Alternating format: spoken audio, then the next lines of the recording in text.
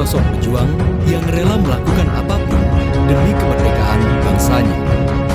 Dan setelah kemerdekaan itu tercapai, entah apakah kita mengenal Soekarno sebagai pejuang atau sebagai hal lain. Satu hal yang pasti, pasca Indonesia merdeka, Soekarno harus menghadapi berbagai agresi penjajah. Tidak seperti kebanyakan seluruh rakyat Indonesia yang berpikir harus berjuang mati-matian melawan agresi penjajah. Soekarno memiliki caranya sendiri. Tiada darah maupun luka, Soekarno sangat menghindari peperangan. Ia berjuang melalui jalan perundingan. Meski ditentang oleh berbagai pihak, pada akhirnya Indonesia berhasil mengusir penjajah. Bahkan juga diakui dunia internasional. Memang, perjuangan gerilya rakyat Indonesia melawan Belanda sangat berjasa untuk mempertahankan kemerdekaan. Namun, perundingan yang dilakukan pemerintah Soekarno juga merupakan perjuangan yang menjadi penentu kemerdekaan Indonesia. Lebih dari itu, di saat Indonesia sibuk menghadapi agresi Belanda, Soekarno juga harus menghadapi berbagai pemberontakan. Pemberontakan Darul Islam (DITI) dan pemberontakan PKI. Inilah perjuangan Soekarno di masa awal dia memimpin Indonesia. Lantas, mengapa Belanda menggempur Indonesia? Mengapa kelompok DITI dan PKI melakukan pemberontakan? Dan bagaimana strategi Soekarno menghadapi semua itu? Video ini bukan mengenai sisi kelam Soekarno. Setidaknya, belum.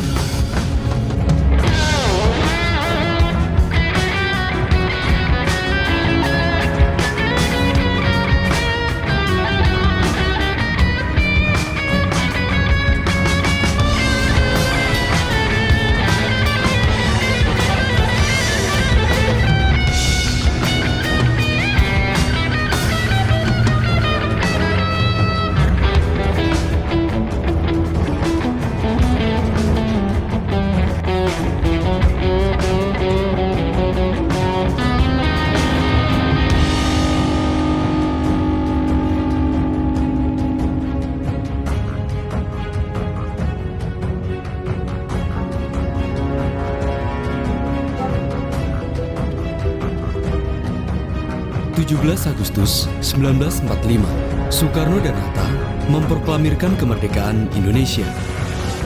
Sorak-sorai di seluruh bumi pertiwi bergemuruh. Di penutup proklamasi, Soekarno meneteskan air mata.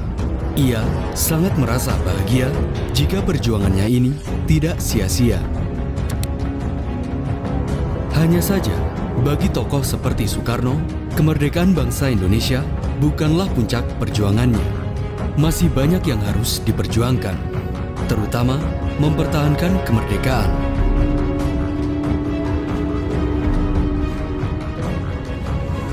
Sehari setelah proklamasi, 18 Agustus 1945, Soekarno dilantik sebagai Presiden Indonesia, sementara Muhammad Hatta dipilih sebagai wakilnya.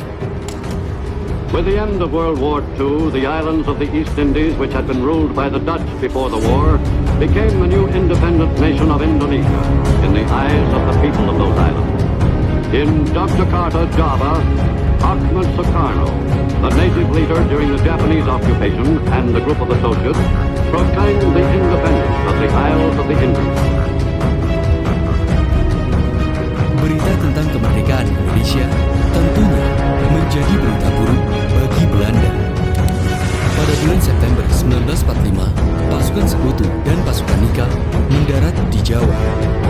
Alasannya, mereka adalah untuk melucuti tentara Jepang dan membebaskan tawanan perang. Kedatangan mereka tentunya ditentang oleh rakyat Indonesia. Rakyat dan TKR melakukan perlawanan. Akhirnya, Inggris meminta bantuan kepada Soekarno. Satu sisi, bagi Soekarno, hal ini akan mengancam kedaulatan Indonesia. Dan di lain sisi, ia tak ingin akan adanya pertumpahan darah. Akhirnya, pada bulan Oktober Soekarno mendarat di Surabaya guna menenangkan rakyat agar tidak terjadi bentrokan senjata, serta agar pasukan sekutu segera menyelesaikan tugasnya untuk membebaskan tawanan perang dan diharuskan agar cepat-cepat angkat kaki dari Indonesia. Hanya saja, usaha Soekarno sia-sia. Rakyat Indonesia sudah muak dengan Belanda dan sekutunya. Akhirnya, pertempuran demi pertempuran terjadi di berbagai daerah, seperti di Ambarawa, Semarang, Surabaya, hingga di Medan. Semua pertempuran rakyat semesta ini tanpa kontrol penuh Soekarno. Soekarno tidak bisa menghentikan pertempuran ini. Lagi pula, Soekarno juga khawatir jika Belanda akan kembali menjajah Indonesia. Sebagai pemimpin negara yang baru merdeka, situasi ini sangat berat bagi Soekarno. Dan hal yang ditakutkan Soekarno pun terjadi.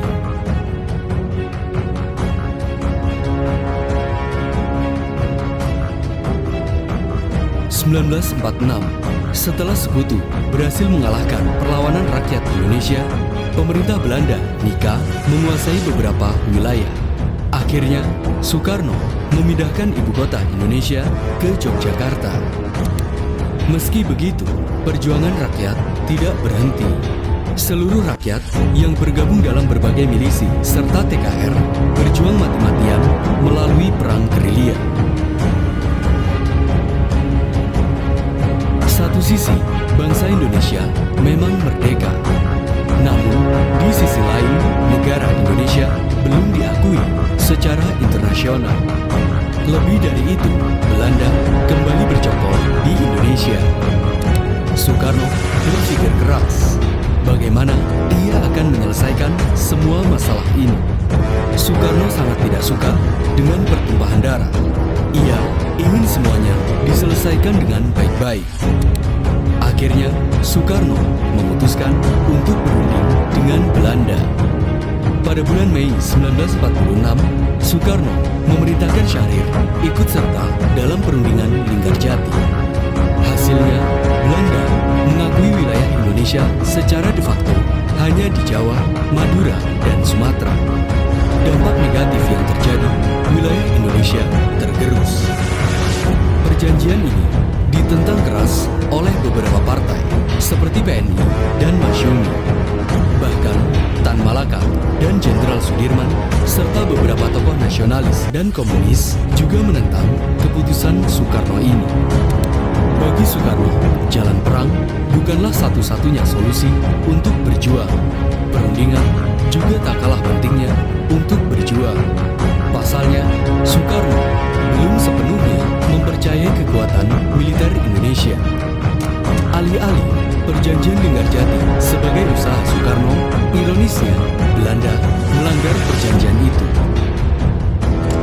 At Cirebon on the island of Java, Dutch and Indonesian leaders effected a partial compromise of differences and a ceasefire in the Linggarjati agreement.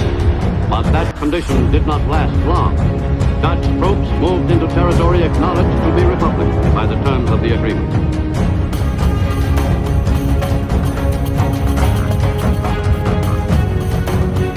Juli 1947, Jenderal Van Moon menerjunkan militer Belanda ke Jawa dan Sumatera sebagai aksi polisionil untuk menasionalisasikan perusahaan-perusahaan dan aset Belanda. Agresi militer Belanda pun terjadi. Agresi ini bagi Soekarno, juga bagi seluruh rakyat Indonesia, adalah pelanggaran atas perjanjian Linggarjati serta sikap Belanda yang menyatakan perang dengan Indonesia. Pertempuran demi pertempuran pun terjadi. Untuk menyelesaikan hal ini, Soekarno meminta bantuan kepada Amerika. Akhirnya, Amerika pun memfasilitasi Indonesia dan Belanda untuk berunding dan juga gencatan senjata. 8 Desember sampai tanggal 17 Januari 1948, di atas kapal geladak Amerika, Indonesia dan Belanda mengadakan perundingan Renville. Hasilnya, lagi-lagi wilayah Indonesia digerus oleh Belanda. Sebagai akibatnya, pasukan tentara Siliwangi yang berjaga di Jawa Barat harus melakukan long march ke Yogyakarta. Lagi-lagi, hal ini ditentang oleh banyak pihak. Golongan kiri pimpinan Tan Malaka dan golongan kanan pimpinan Kartosuwiryo menentang hasil Renville. Harga diri Indonesia sudah tercoreng.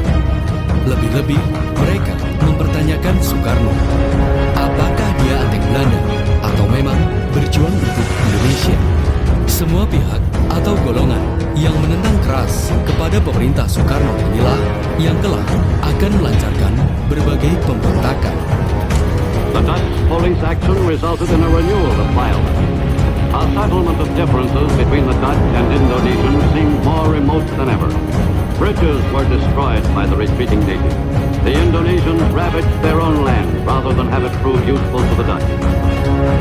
Bagi Soekarno, meski hal ini merugikan Indonesia, inilah yang terbaik bagi Indonesia untuk saat ini. Ironisnya, tidak butuh waktu lama, Belanda kembali melancarkan agresi militer ke Indonesia.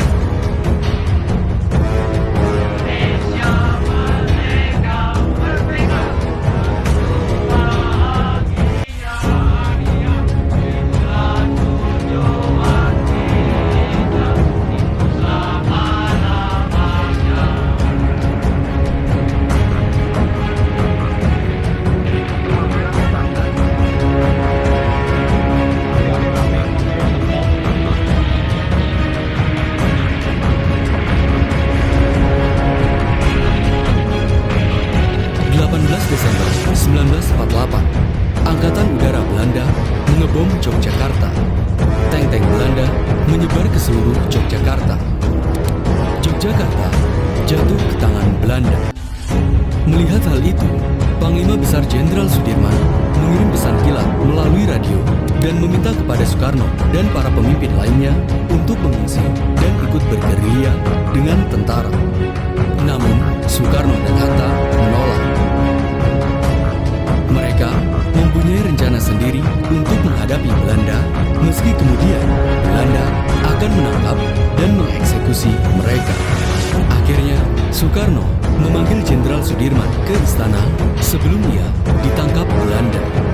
Soekarno sudah muak dengan Belanda.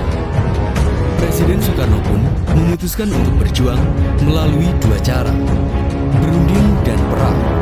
Presiden Soekarno memberi perintah khusus kepada Sudirman untuk bertempur melawan Belanda melalui jalan gerilya. Tak lama kemudian, Soekarno, Hatta, Haji Agus Salim, dan Sultan Syahrir ditangkap Belanda di Istana Yogyakarta. Sebelum itu, Soekarno sudah menunjuk Safruddin Prawira Negara untuk menjadi presiden sementara Indonesia, dan kemudian pemerintah sipil dipindah ke Sumatera. Aan de Republikeinse autoriteiten wordt aangezegd dat zij onder huisarrest zullen worden gesteld. Bovendien wordt de president de Republiek Sukarno afgehaald en naar het Nederlandse hoofdkwartier vervoerd voor onderhoud met de Nederlandse bevelhebber. De Republikeinse leiders die in het paleis van ingenieur Sukarno in Jogja beperkte bewegingsvrijheid was opgelegd. Hier ziet u Sultan Syahrir, een tot dusver onbekend Republikeins leider, Mohammed Hatta, Haji Agus Salim en ingenieur Sukarno, kort voor hun vertrek met onbekende bestemming. Bagi Soekarno, penangkapan ini merupakan keuntungan diplomatik bagi Indonesia. Dan Belanda akan dianggap tidak menghormati eksistensi PBB. Benar saja, PBB menegur Belanda, dan Amerika memutus bantuan dana ke Belanda. Perjuangan membuahkan hasil.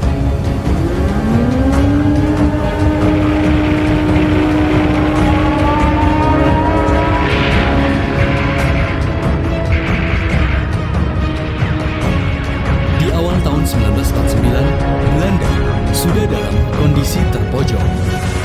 Dan tanggal 1 Maret 1949, melalui serangan umum 1 Maret, Yogyakarta sudah berada di tangan militer Indonesia. Militer Belanda sudah tak lagi bisa bergerak. Akhirnya, pada bulan April 1949, diadakan perundingan Roem-Royen di Jakarta. Sebagai lanjutannya, pada bulan Agustus hingga November 1949, diadakan konferensi meja bundar antara Indonesia dan Belanda yang disponsori PBB di Den Haag, Belanda. Hasilnya, Belanda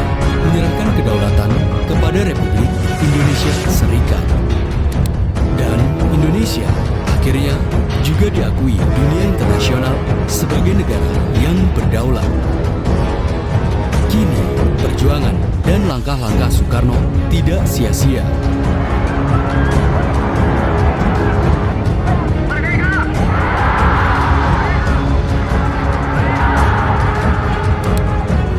Dari sini, Soekarno belajar bahwa jika militer dan pemerintahan bekerja sama, pastinya tujuan akan tercapai.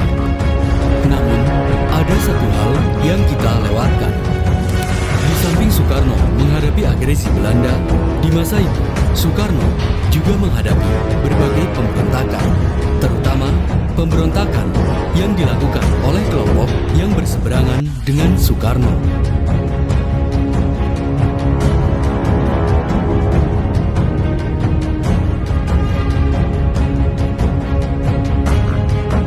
Memang, dengan cara dan siasat Soekarno melalui jalan perundingan berhasil menghentikan agresi Belanda dan bahkan Indonesia mendapatkan kedaulatannya. Namun, tanpa Soekarno sadari, gara-gara hal itu banyak pihak yang dikecewakan.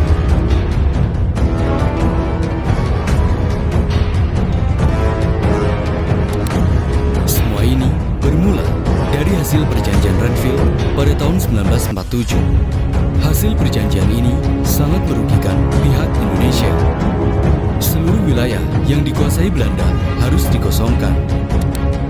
Di Jawa Barat misalnya, seluruh pasukan Siliwangi yang menjaga wilayah tersebut harus mengosongkan Jawa Barat dan harus melakukan long march ke Yogyakarta. Hal ini membuat Kartosoewirjo, pimpinan DITII, menganggap pemerintah Soekarno tak lagi becus untuk mengurus negara dan rela menjual tanahnya untuk penjajah. Hal inilah yang membuat Kartosoewirjo memilih untuk mendirikan pemerintahan tandingan yang berasaskan syariat Islam. Baginya, dengan Islam, semua masalah akan terselesaikan. Akhirnya, pada bulan Februari 1948, Kartosoewirjo serta mantan milisi Hizbullah dan Sabilillah mendirikan TII atau Tentara Islam Indonesia. Dan pada tanggal 7 Agustus 1949 kemudian, Kartosoewirjo dan pengikutnya memproklamirkan Negara Islam Indonesia atau NII. Di saat yang bersamaan, mereka menamakan kelompok jihadis ini dengan nama DITII atau Darul Islam Tentara Islam Indonesia. Desa demi desa, kota demi kota, dengan senyap pendukung DITII semakin banyak. Bagi warga setempat yang tidak mengikuti akan dianggap kafir dan halal untuk dihabisi. Salah satunya hal ini terjadi di wilayah Cibubur, Jawa Barat.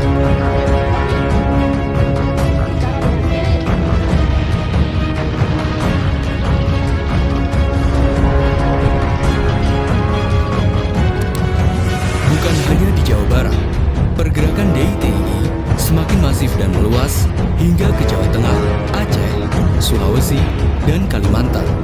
Mereka bergerak melalui gerilya. Di tahun 1949 misalnya, saat pasukan Siliwangi kembali melakukan long march dari Yogyakarta menuju Jawa Barat, selain menghadapi pasukan Belanda, mereka juga menghadapi serangan kilat DITII. Lebih dari itu, DITII beberapa kali mencoba melakukan percobaan pembunuhan terhadap Soekarno.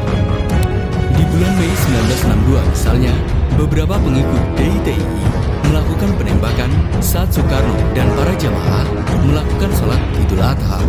Beruntung, Soekarno tidak terkena tembakan itu. Soekarno marah dan akhirnya ia memerintahkan militernya untuk menumpas seluruh anggota DITII dan juga pemimpinnya.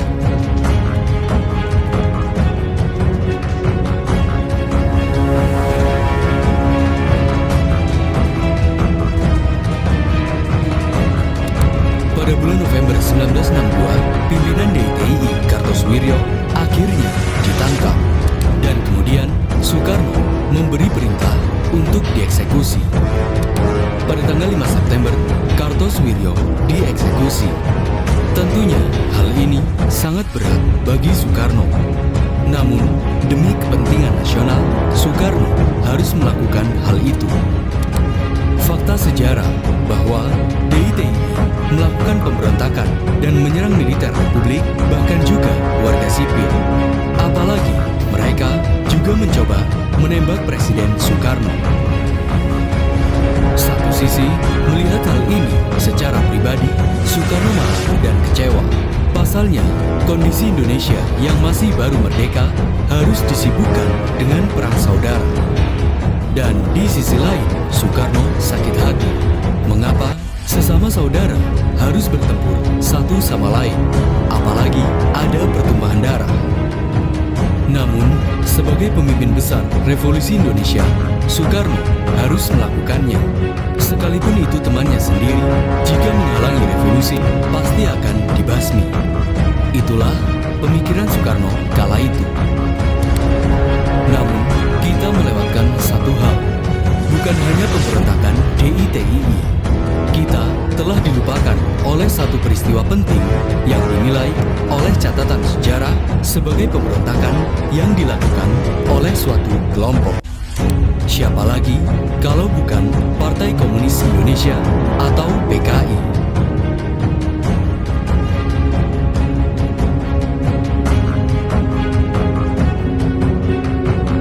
Kita telah mengetahui pasca Indonesia merdeka, Indonesia digempur oleh Belanda. Di saat itulah kondisi dalam negeri tidak baik-baik saja. Alih-alih bersatu, banyak pihak yang saling berseteru yang kemudian melahirkan pemberontakan. Semua itu bermula saat adanya Perjanjian Renville. Lagi-lagi, pangkal masalahnya adalah hasil perjanjian ini.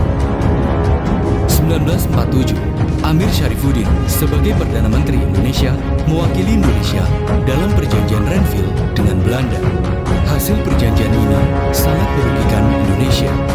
Singkat kisah, banyak pihak yang protes, termasuk Partai Masyumi dan PNI.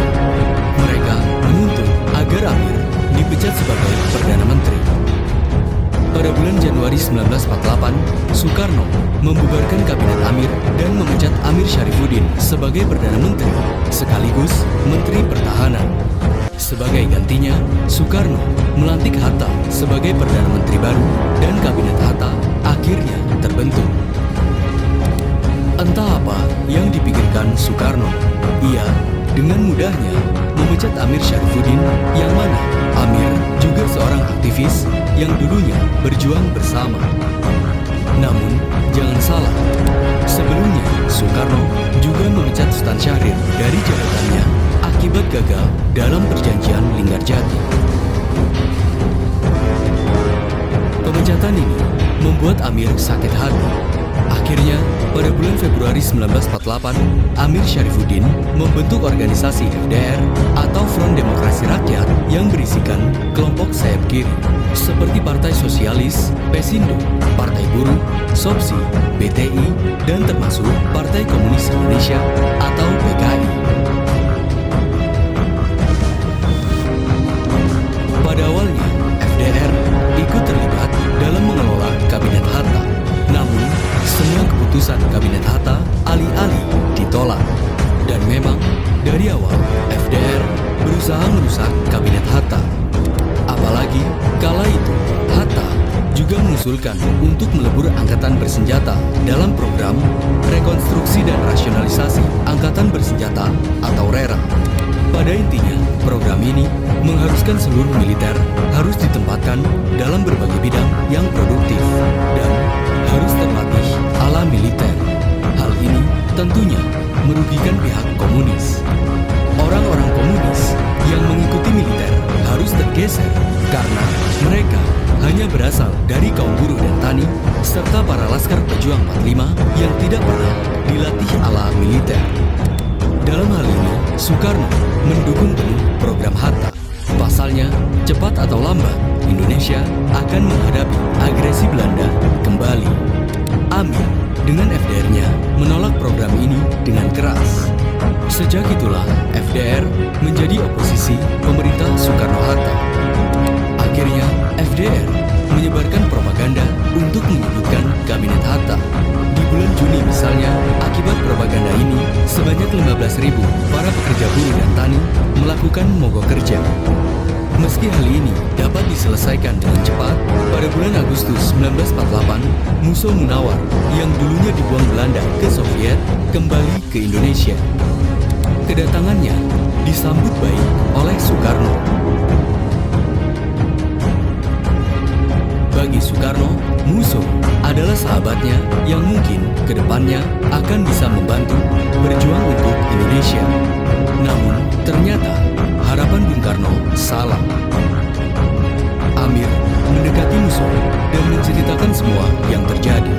Akibatnya, semula Musso yang mendukung Soekarno akhirnya sebaliknya. Tak butuh waktu lama, akhirnya Musso mengambil alih kepemimpinan PKI. Musso pun beberapa kali mengkritik pemerintahan Soekarno-Hatta yang dinilai salah arah dalam revolusi. Baginya, Soekarno terlalu lunak dengan Belanda dan ia mengusulkan agar Indonesia menjalin hubungan baik dengan Soviet. Dengan bantuan Soviet akan sangat mungkin melawan Belanda dengan senjata. Melihat kritikan itu, Soekarno dan Hatta menolak. Bagi Soekarno, hal ini dinilai terburu-buru dan ia menegaskan Indonesia tidak akan condong ke Soviet dan juga Amerika. Amir dan Musso pun marah. Akhirnya, pada awal September, FDR PKI mulai bergerak. Mereka menculik beberapa tokoh politik, militer, dan tokoh agama di beberapa kota di Jawa Tengah. Bahkan, gerombolan FDR PKI menghabisi ulama dan tokoh setempat yang tidak mendukung mereka. Bahkan, mereka juga melucuti pejabat setempat di berbagai kota, seperti Kediri, Ponorogo, Blitar, Nganjuk, Ngawi, dan Purwodadi, termasuk juga di Madiun. Di Madiun, polisi, militer, dan pejabat setempat dilucuti oleh PKI. Dengan begitu, berkibarlah bendera merah di Madiun. Entah ini rencana Musso atau rencana Amir, atau memang hanya peristiwa yang kebetulan terjadi. Yang pasti, Soekarno menganggap pergerakan FDR PKI, pimpinan Amir dan Musso, merupakan sebuah pemberontakan. Sehari kemudian, 19 September 1948, Musso dan Amir memproklamasikan berdirinya Pemerintah Komunis Soviet Republik Indonesia di Madiun. Untuk meredam situasi, di hari yang sama, Soekarno berpidato melalui radio. Hai seluruh rakyat Indonesia, kalian bisa memilih. Ikut Musso dengan PKI-nya yang akan membawa bangkrutnya cita-cita Indonesia merdeka, atau ikut Soekarno-Hatta yang insya Allah dengan bantuan Tuhan akan memimpin negara yang merdeka yang tidak dijajah oleh negara manapun. Seruan Soekarno kemudian dijawab oleh Musso juga lewat radio yang mengatakan Soekarno-Hatta budak-budak Jepang dan Amerika. Musso selamanya menghamba rakyat Indonesia. Soekarno pun marah besar. Akhirnya, pada tanggal 21 September, Soekarno memerintahkan kepada Jenderal Sudirman untuk menangkap dan menumpas pemberontakan FDR PKI. Pada bulan Oktober 1948, Musso berhasil ditangkap di Madiun dan dieksekusi di tempat. Dan pada bulan November kemudian, Amir berhasil ditangkap dan dieksekusi. The communists in Indonesia, who had been supporting the nationalists in their fight for independence, rebelled. The Republican troops went to work quickly, rounding up every communist they could locate. The uprising was ineptly staged, and within a month it was decisively crushed by the Indonesian Republican forces. With its leaders either captured or killed, the communist force collapsed, and the threat to the success of the nationalist cause ended. Sebenarnya, Soekarno hanya memerintahkan untuk menangkap Amir dan Musso. Rencananya, mereka akan diajak diskusi mengenai revolusi. Namun, setelah Soekarno mendengar kabar jika kedua tokoh ini tewas, Soekarno terlihat lemas membisu. Satu sisi, ia menyesal, dan di sisi lain, Soekarno sangat kecewa kepada Amir dan Musso. Padahal Soekarno baru bertemu Musso beberapa bulan sebelumnya. Inilah konsekuensi sebagai pemimpin, dan situasi inilah yang memberi Soekarno pengalaman pahit.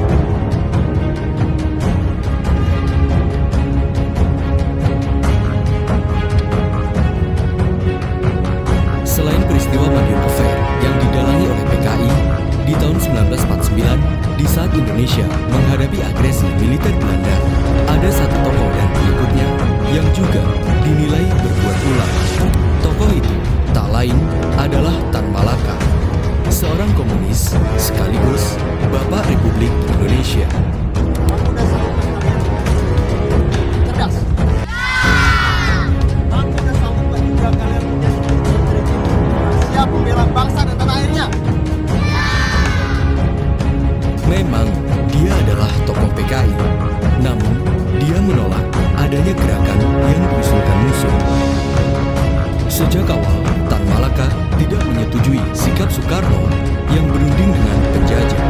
Beberapa kali, Tan Malaka mengkritik Soekarno dengan mengirim surat. Namun, Soekarno tidak membalas. Yang membuat saya heran, tanah Indonesia ini adalah milik bangsa Indonesia semua. Kenapa mesti berunding? Minta kemerdekaan kepada bangsa lain. Saat di Yogyakarta dan saat Belanda menggempur Indonesia dengan gerilyanya, Tan Malaka dan pengikutnya telah mempropagandakan bahwa elit militer enggan bergerilya menghadapi Belanda. Hal ini tentunya dianggap membahayakan stabilitas negara.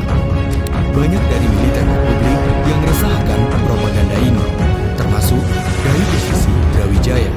Oleh karenanya, mereka memburu Tan Malaka sekalipun tanpa perintah resmi Presiden dan Panglima Besar Jenderal Sudirman. Pada tanggal 19 Februari 1949 di Kediri, Tan Malaka ditangkap dan dieksekusi di tempat. Satu teman Soekarno telah gugur. Pak, kita diperintahkan mengambil Bapak malam ini. Saya minta izin kepada Presiden Soekarno. Saya akan tetap bangga sebagai bangsa Indonesia. Mendengar kabar mengenai tewasnya Tan Malaka, Soekarno sangat sedih dan tentunya sangat menyayangkan apa yang dilakukan Tan Malaka dan juga militer Republik.